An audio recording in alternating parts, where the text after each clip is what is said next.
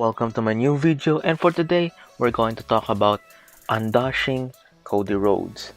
The storyline between all of that from 2011, which this caused a new character for him after he suffered an injury to his match against Rey Mysterio. From dashing to undashing Cody Rhodes story. Now, in 2011, Cody Rhodes was there on SmackDown, and he is actually doing this dashing gimmick, which he actually create vignettes. He's doing this beauty care gimmick, and all of that creating this mirror, which he is actually arrogant about his looks, and all of that in 2011. But that all changed on an episode of SmackDown when he injured his face against his match against Rey Mysterio when the 619 I think was done, and then the nose was somehow, or his face was somehow injured, something like that. It's just on that match. I'm not sure how, but it happened on that match, which WWE actually sold that injury storyline, which yeah, that storyline, it turned into a new character for him from the old version of the Smoke and Mirrors, which is actually fast-paced. It's actually more darker version, an instrumental version, which is slow. And then he changed the way he was presented into the ring. He is using this mask, which sometimes he uses this on his matches, and then he sometimes use a towel, and then later on he used this paperback gimmick, which he gives to the WWE Universe, probably to have this, he thinks that their faces are something like this, just to create this heel hit for him and his character. So the character was giving people some paper bags to cover their faces. So this character, it's actually nice on 2011. If you think about it, it's a new career resurgence for him. It's like a career revival.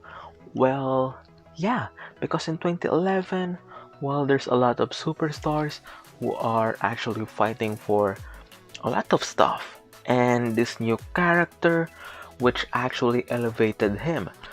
He actually defeated Rey Mysterio at WrestleMania 27, if you think about that, just to exact his revenge, because Rey Mysterio caused his beautiful face, according to him, to be shattered, and he became this undashing, which later on, Rey Mysterio defeated him at Extreme Rules. The storyline for that, Dusty Rhodes was also included, which he was on his son's side. Because they actually turned on Rey Mysterio just to orchestrate an attack for Rey. And then Cody Rhodes even unmasked Rey Mysterio on an episode of SmackDown, which he stood tall on that attack and all of that. So what is the payoff for this gimmick? He won the Intercontinental Championship in 2011, which this Intercontinental Championship run, if you think about it, it is long by that time, while he was actually the face of the mid-card division of SmackDown in 2011, and he actually replaced the Intercontinental Championship design from that 2010s design, I think from 2002 up to 2010, 2000s up to 2010, or 1998, something like that. The Intercontinental Championship that was presented from the Attitude Era up to the PG Era, returning back to the classic white strap with the Intercontinental Championship that was actually presented in the 90s. Before it actually changed into the black strap, and then later on the globe was put into the Intercontinental Championship. And then the Intercontinental Championship was actually changed, and he even defended it on his suit. So yeah, there are also champions who defended their titles on their non-wrestling attire such as suit or casual clothes or etc. But if you think about it, well, most champions that are actually wearing those attires, they're unprepared for the said match, but they made him strong for the mid-card division of SmackDown. And yeah, he had like 200 plus days of being the IC champion in 2011 up to 2012. And even though, well, he dropped the Undashing persona in 2011 or near 2012, well, he is still on the face of the mid card of SmackDown. While he defeated, I think, Ezekiel Jackson for the title, which Cody Rhodes, well, he actually defended the title against, well, John Morrison and a lot of baby faces on SmackDown. And yeah, so when he was presented into this character, well, you see the slow tempo of his music and everything towards that. And then when he changed into this, well, non-wearing mask character, well, he reverted back and actually changed his theme song. And then, yeah, well, smoke and mirrors are still there, but it's actually changed. So it helped his character that time. And yeah, so this face mask thing for Cody Rhodes, well, it helped him to be the face of the mid-card division of Friday Night SmackDown. And to think that there are also a lot of baby faces and heels that time. For the World Championship scene on SmackDown, you will see the guys like Christian, Randy Orton, Mark Henry, even Wade Barrett is sometimes like there. Daniel Bryan is actually looming for a cash in because he's the Money in the Bank contract holder. And sometimes Cody Rhodes is fighting Randy Orton, which is actually one of the biggest baby faces of Friday Night SmackDown, if you think about it. So SmackDown by that time, well, it was mostly dominated by those guys on the main card scene.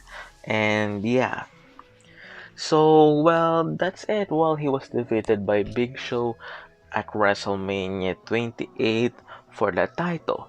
And he has his moments.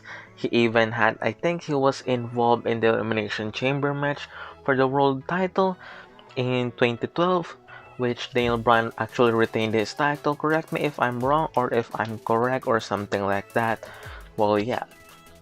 So when he dropped this Undashing persona, coming from 2012 up to his, well, before he left WWE at that time, well, he actually continued this, well, unmasked persona until he became Stardust. But before that, well, he had another run for the IC title, which he dropped to Christian later on.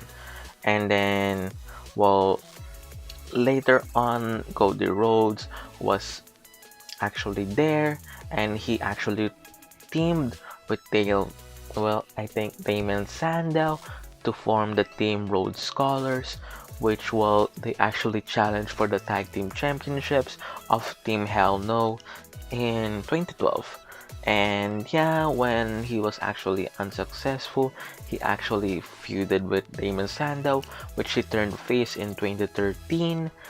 And then, well, he feuded with the Authority for their jobs and etc., which actually the Rhodes family won. Him and Goldust are actually tag teaming in 2013. And then, well, when the tag team is still ongoing, well, WWE produced a new character for Cody Rhodes, which was Stardust, which, well, he was kind of like Goldust. They are both kind of weird presented characters, which he actually had a star on his gloves by combining those hands. And they won the tag team championship, I think, again, and this time as this, well, new team, new character, new package for Cody Rhodes. When, yeah, and then later on, while he left WWE to pursue his career on different pro wrestling shows that he is actually successful as of now, and is actually, well, on one show which he is actually the vice president or EVP of that said show. So thank you for watching. I hope you all like this video. Like, comment down below, share, subscribe, and again, this is Mikeratto, and peace.